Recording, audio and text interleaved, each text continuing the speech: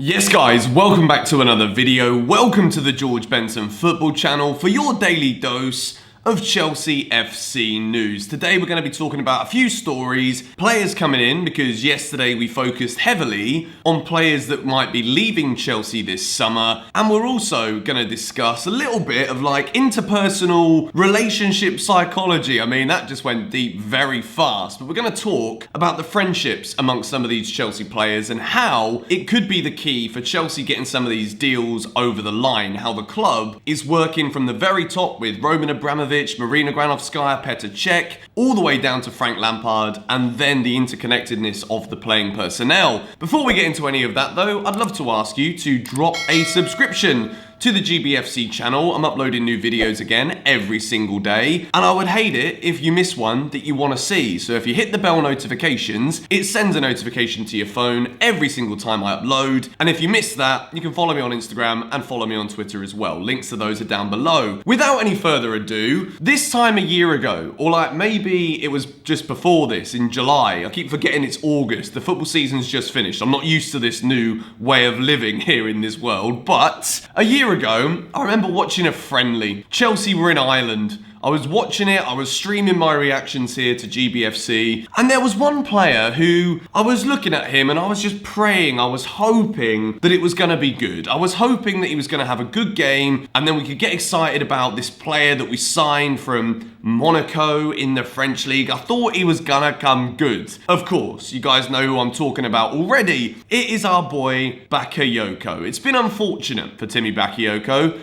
All I remember is that he's been sent off for Chelsea before. And the fact that that's the only thing I really remember, and of course this pass that always sticks in my mind where he tried to just basically pass it to Frank Lampard on the touchline as if to say, please save my midfield career here at Chelsea, the greatest midfielder that Chelsea have ever had, but you're meant to pass it to your teammates on the pitch, mate. Bakayoko, it's not been good, and I hate to sit here and just like make really sly jokes about the man, but it's not been good for him at Chelsea, and it looks as though we might have found a way out for Mr. Bakayoko. So as always, one of the most reliable, if not the most reliable, transfer news sources on the internet is the Twitter account of Fabrizio Romano.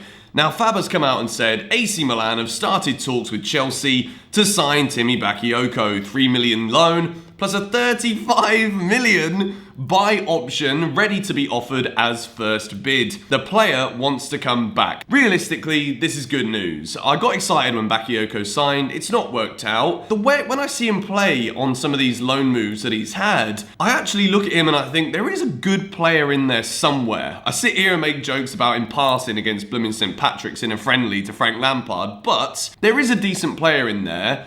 I just think that the intensity at Chelsea and the competition for places and, well, just generally his ability means that he's been so far down the pecking order that it was never going to work for him here at Chelsea. And it looks as though other managers have been able to see the potential in Bakayoko's game to actually have him tailored in to the style of play of that club. So a 3 million loan move to AC Milan, a club that actually want him, and the fact that he wants to be at the club, it's a symbiotic relationship in my mind that makes sense. And then if we can get 35 million as the first bid, if AC Milan choose to buy him come the end of next season, then Chelsea will have, they'd have swerved a bullet really with this one. It's not been the greatest success story, that transfer. I mean, there's Danny Drinkwater we spent the same money on. That's not really been a success either. But if we can recoup this money for Bakayoko, we can just say that the song that was made in the turnstiles in Atletico Madrid,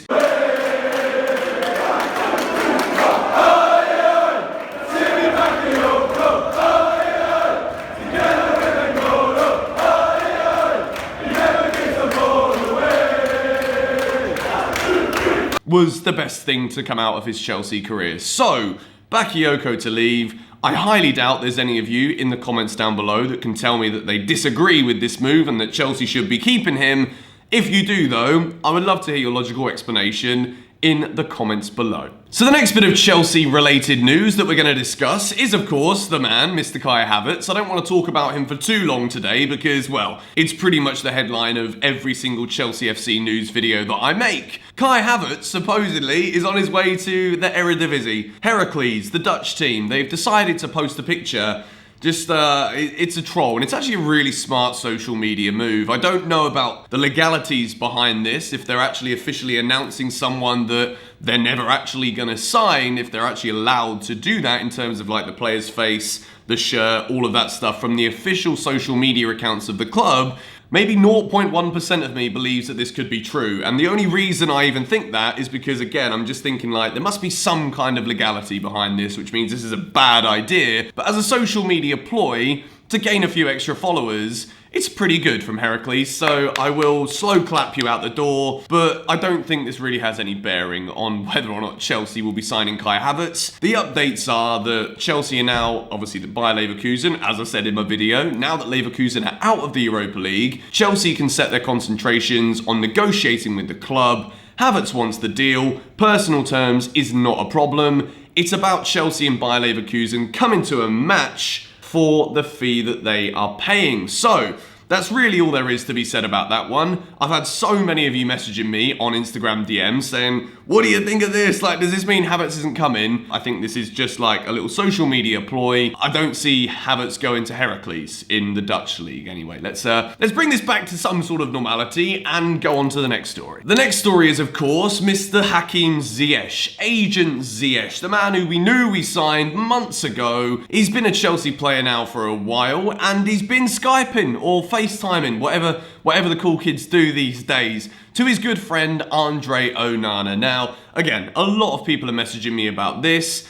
Does this mean anything? And it kind of fits into the main story that I want to talk about today regarding interpersonal relationships within the club. The fact that Hakim Ziyech has signed for Chelsea, we see him on Instagram and in the training ground already blending in with his teammates. The fact that he's having this FaceTime conversation with Onana, when a player moves from one club to another, it doesn't mean that they're not allowed to talk to their ex-teammates. It doesn't mean that because they now play for a rival club, that they can't be friends with their ex-teammates. Footballers are like everybody else when they're off the pitch. They FaceTime their friends, they FaceTime their family, they have a laugh, they have a joke, and it just so happened that they actually put this on social media. Now, it gets me thinking, as a man who's interested in psychology, and it's one of my passions outside of football, this could be one of those little ploys where the players are just trying to hint at maybe their teammates, the club, to try and push this one through. We know that Onana and Ziyech are very good friends, and I think it can be these little relationships where conversations can be had behind closed doors about a player's temperament or a player's personality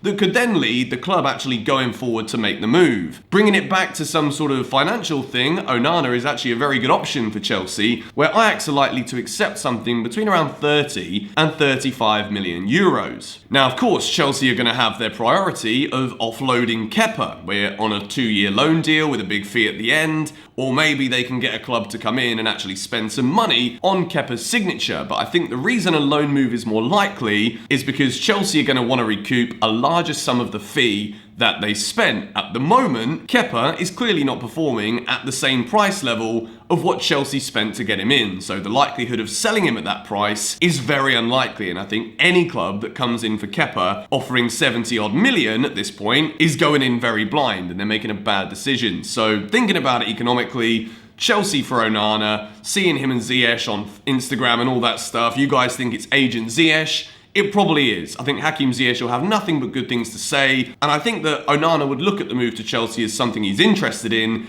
It's all down to the club and whether or not Chelsea want to negotiate again with Ajax and go in for the player. Moving into the final story of the day, and I want to spend a little bit more time on this one. You guys have seen that Tammy Abraham, Tomori, Mason Mount, and Christian Pulisic are all on holiday together at the moment. They're all posting Instagram pics, and it just so happened that Mr. Mason Mount bumped into Didier Drogba, as did Declan Rice. They also were having a little bit of a good time with Salt Bay, which means that the Chelsea players are eating good steaks over the summer, bulking up for next season. But for those of you that didn't know, and I'm sure the majority of you do know, because we're all mega Chelsea and football fans here on this channel, Declan Rice and Mason Mount, they are boyhood best friends. So therefore, the fact that they're on holiday with one another is probably not that big of a surprise. Whenever I'm away somewhere, I always want to be my best pals too, so it is what it is, it's a good thing. The reason why I'm looking at this, and I'm looking at all of the relationships between these Chelsea players, the fact again that Christian Pulisic is already kind of in the clique,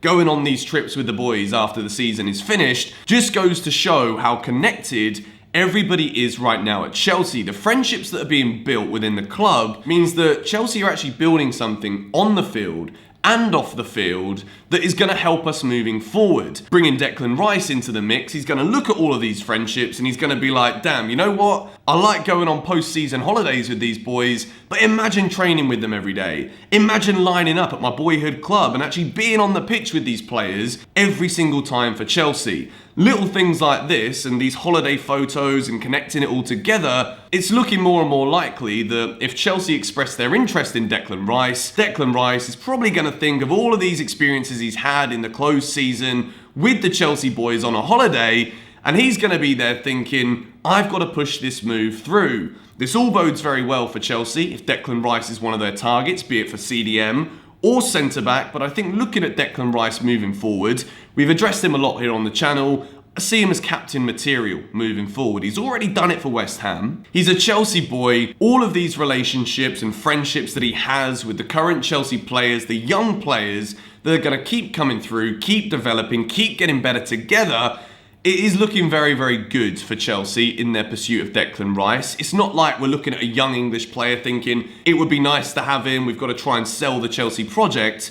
There's no sale that needs to be done for this Chelsea project. Declan Rice, I mean, maybe he's not interested in the move, but from all that I can see on social media, just using my mind a little bit, it's kind of common sense that a move to Chelsea is something that Declan Rice would absolutely love to see. So let me know your thoughts on that in the comments down below. If we think about like the players and how connected they all are together, they look at Super Frank as their role model, their idol, the man that they grew up watching when they came through the academy. The faith that he's shown in these players, again, it just shows how connected everything is at the club. It's a great thing moving forward. Do you then look at the work that Marina Granovskaya and Roman Abramovich are doing at the top in order to try and make sure that Chelsea are investing in the highest quality players in Europe, and you look at the symbiosis within the club and everything seems to fit. And I think that, again, using these Instagram videos and pics as fuel for the content today, things are looking very, very good for us right now, Chelsea fans. Players